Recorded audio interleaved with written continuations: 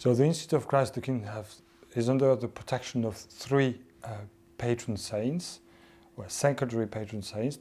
The main patron saint is Our Lady of the Immaculate Conception. That explains the use of the blue color on of the biretta and the great choir habit of the Institute.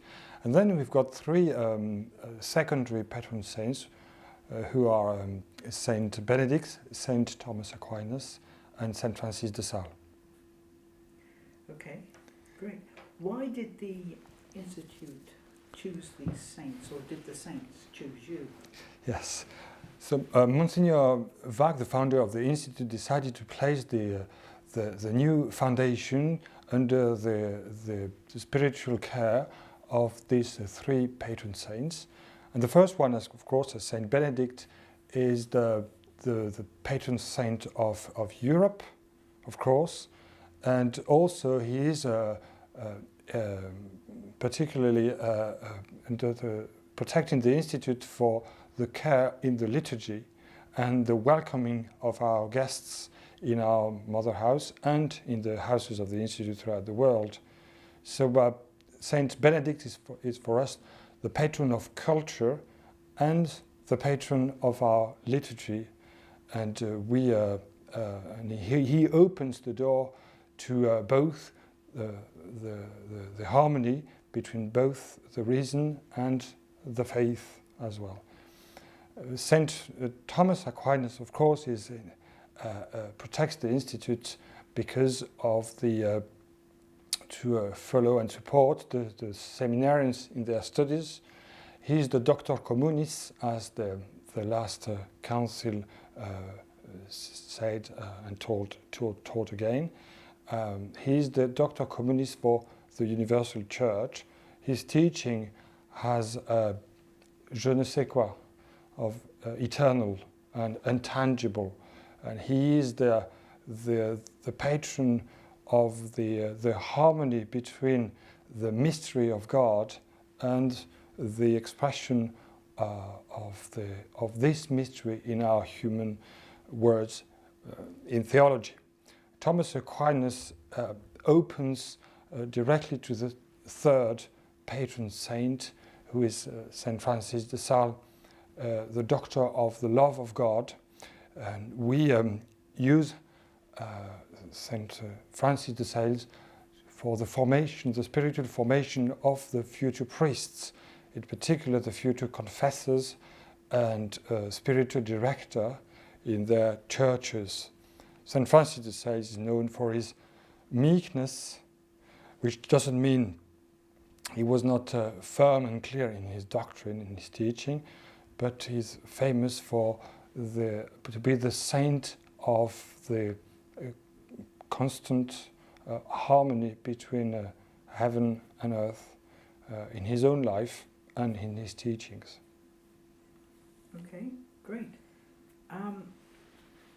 Why do we, or any organisation, have patron saints? Why are they there? Organizations or individuals would would place themselves under the patron saints, the protection, because, first of all, because it's an act of faith in the communion of saints. We do believe, as Catholics, we do believe in this mystery of the communion between people from heaven, purgatory, and earth. And this relationship, called the communion of saints, is an exchange of goods, or spiritual goods, amongst us. We form the only one Catholic Church on earth and in heaven. And we do, by choosing a patron saint for ourselves, or for a religious order, or a country, or a parish, we do proclaim this mystery, our faith in this mystery. And again, we do understand that this patron saint would help us with his own skills, because each saint is different, because the grace of God is given, and as St. Thomas Aquinas says, the grace doesn't destroy or touches the nature so deeply that the personality is totally changed. The person remains the same, by the grace of God, has been forgiven and is cleansed from his own sins and strengthened in his weaknesses, but deeply the person remains this person, not a person. And the saint, and every saint has got this dimension, this individual dimension. Although being a saint is being a friend of God, generally speaking, but he had his own means and ways, personal ways, to become a saint and to follow the grace of God. And by choosing one of them, we do choose to become saint with his help, but also we ask specific graces coming from his own personality. And for this reason, the Institute of Christ have chosen, the founders have chosen this patron saints to hand out to the members of the Institute, whether lay people or priests or sisters, this specific aspects of the or achievement of the grace of God in the patron saints. The Institute of Christ the King has a particular special devotion to the Sacred Heart, because there are three levels of devotion in the Catholic liturgy, and so the first one is the lowest kind of devotion is called the cult of Dulia, which is addressed to saints, and and the second one is the cult of Hyperdulia, which is directed towards Our Lady because of the privilege of the Immaculate Conception, and the final one, the most perfect devotion, so to speak, because not because of the content, but because of the object of the devotion, is God Himself, and we call this kind of prayer the prayer of adoration, which is due to God Himself. But because this last and most perfect prayer level of prayer is used by human nature and human creatures as we are, we do need a visible expression of it. For the first kind of prayers of Dulia and Hyperdulia, it's obviously we would use an image of the saint we are praying, or of Our Lady, because there had been one of us, with the privilege of Our Lady, of course. But in the perfect prayer of adoration, God made Himself visible, in particular in the Sacred Heart, because we needed a human means, and I would say human windows, to be able to access to make access to and to make visible the love of God. We are creatures made of flesh and soul, and our eyes and our hands needs to be touched and to be called to the same the holiness of the soul. And the Sacred Heart combines both in the perfection of the adoration as well as the call to the whole human nature, body and soul, to the what the litanies of the Sacred Heart call the visibility of the visible furnace of the love of God in the Sacred Heart. And of course, in your present church, on which we hope you will stay for many years yet, you have a statue of an altar to the Sacred Heart. In the Church of St. Peter, St. Paul and St. Philomena, we've got this beautiful statue of the Sacred Heart, and we have all seen many statues of the Sacred Heart in churches in our life, whether we're young or less. But this one has a very specific and unseen look to me. When you celebrate the Mass there at the altar of the Sacred Heart, this statue follows you at the altar. I mean, whether the priest goes to the epistle side at the beginning of the Mass or the end, whether he's in the center for the offertory and the consecration and communion, whether he's on the Gospel side for the reading of the Gospel. When you lift your eyes towards the statue, whether you're on the left, in the middle, or on the right of the altar, if you lift your eyes towards the statue, he is watching you. There is a kind of technique used by the artist there, which make the eyes of the Sacred Heart, they look alive before yourself. And regularly, when I have got the grace to offer the Mass there, I say to myself, yes, he's watching me because he's here in my hands, and he makes this real presence.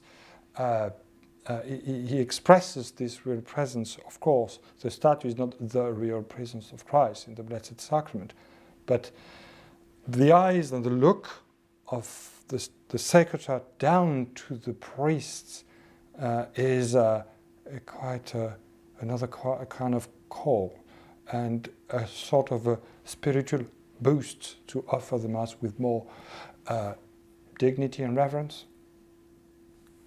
Okay, great. I didn't realise that. You can cut I'll things. have to take some pictures. That's of right. that to You have a look. explain If you go inside behind the gates, you'll see what I mean. I'll take some Yeah. pictures. Looking up. But just go behind the gates. Right, okay, thank Just you. make sure that you can see. Okay, I'll do that. You are the rector of the Shrine Church of St. Peter Paul and St. Philomena. St. Philomena is an interesting saint, do you think? Do you think intercessions are helping the Church and bringing it back to life? The devotion to Saint Philomena looks a kind of an old-fashioned, because it has been kind of buried for a long time, 40 or 50 odd years. Although the devotion, and she is a saint in heaven, of course. But the devotion to Saint Philomena seems to me more modern than ever, because she is the great answer to all the crises we know, and the recent deep issues and wounds we have witnessed in the Catholic Church in regards to chastity and purity and generosity towards God's will, in particular in the clergy, as we know. To me, I feel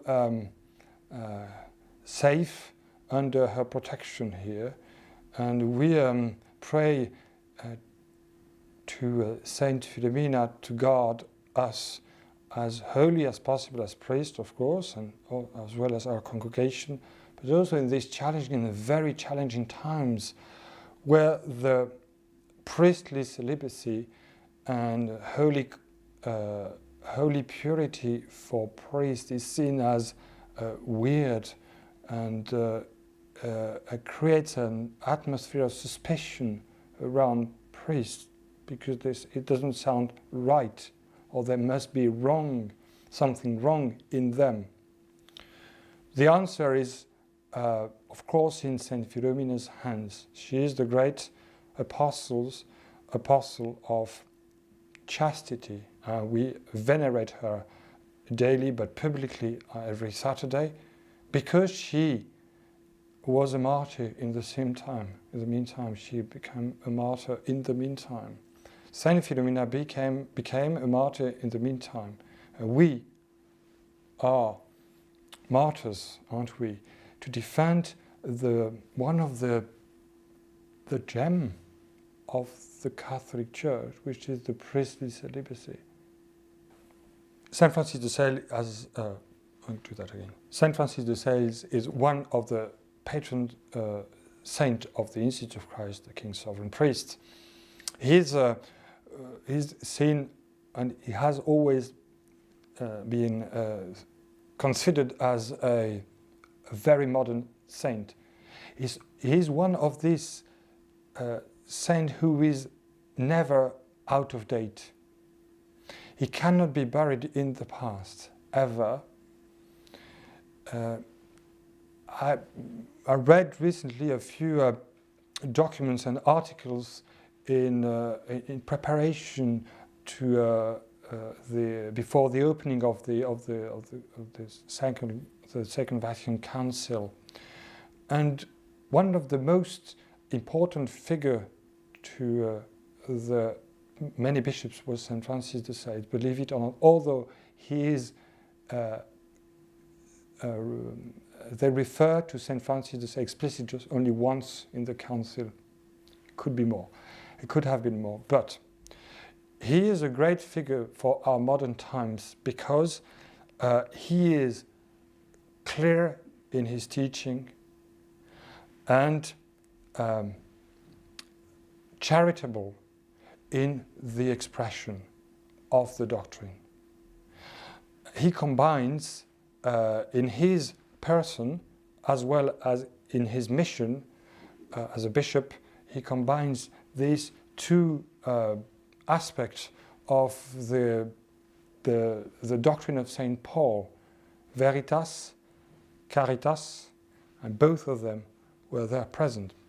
Interestingly, in his life, when you read his writings when he was a student in Paris at the University of La Sorbonne, or when he was a student in Padua, in Italy, he was very concerned by the clarity of the doctrine, and his writings are quite straightforward.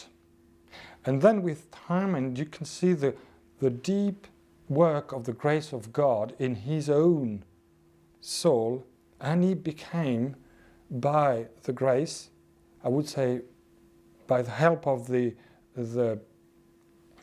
supernatural call, he became the most gentle saint of the Church. His doctrine never changed, but the expression again became sweet enough to be swallowed, digested by anyone else.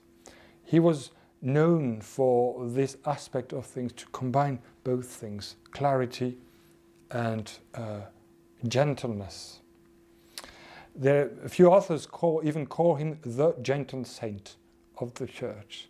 So he evolved from a gentleman, because by birth he was born in a high aristocratic family in Savoy, and he became, by cooperation with the divine grace, and also by the fidelity to his own mission as a bishop, he became the gentle saint.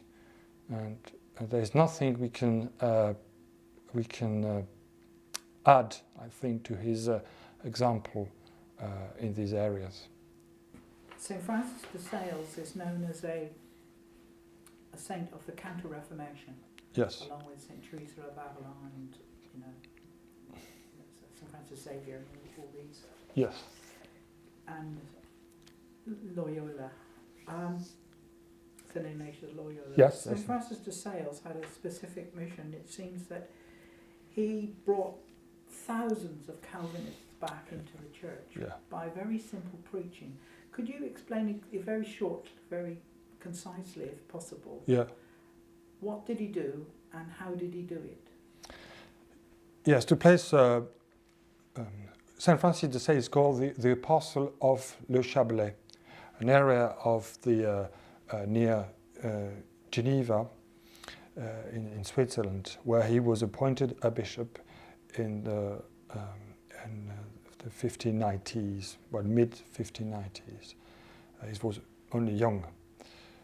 He's always started his preaching, even as a young priest, he would start with exposition, adoration of the Blessed Sacrament. Always. The devotion to the Quarantore, which are quite popular here in the 40 hours, are quite popular in the south of Europe and even here, I've noticed. He would begin with the devotion, because he would say simply, I'm here for someone else, on behalf of him. Interestingly, he is not, I would say, modern in the sense of that usually today preachers put themselves first in the medias and everywhere. They are the first, and they put themselves here as a barrier, but he was not. He was as simple as the priest who would expose the Blessed Sacrament to the faith or to Catholic or non-Catholics. And this is the first aspect of this teaching. He would never ever do anything without the real presence with him and giving the right direction, Jesus Christ only. And the second was a high reverence in the liturgy, using the traditional understanding of the liturgy as an act of faith and an act of teaching. It's an act of the magisterium of the Church, and not as such a spectacular as it could be sometimes, but it's a constant act of teaching from the magisterium of the Church, lex orandi, lex credendi, lex predicandi. And the third aspect of his preaching, the first aspect of his mission, was his own virtue, his personal virtue. He would be clear to the Calvinists, where he was preaching at that time, but he was so meek and patient with them that he would draw in the Church many souls. There was a proverb at that time, a famous proverb, but at that time somebody asked, I've got this person needs to learn more about the Catholic faith. To whom should I ask her to speak? And the answer was, if you want to convince this person, send her to Cardinal Duperron, French cardinal. If you want to convert this person, send him to Francis de Sales. This is the difference between a brilliant sermon or preaching, which would be very impressive in the content, but not necessarily would not necessarily bring you into the faith. You are convinced, but you are not converted. You could be brilliant, but you are not getting any soul, because all the rest of your life doesn't coincide with your teaching. And Francis de Sales was brilliant because his life was in harmony with his teaching.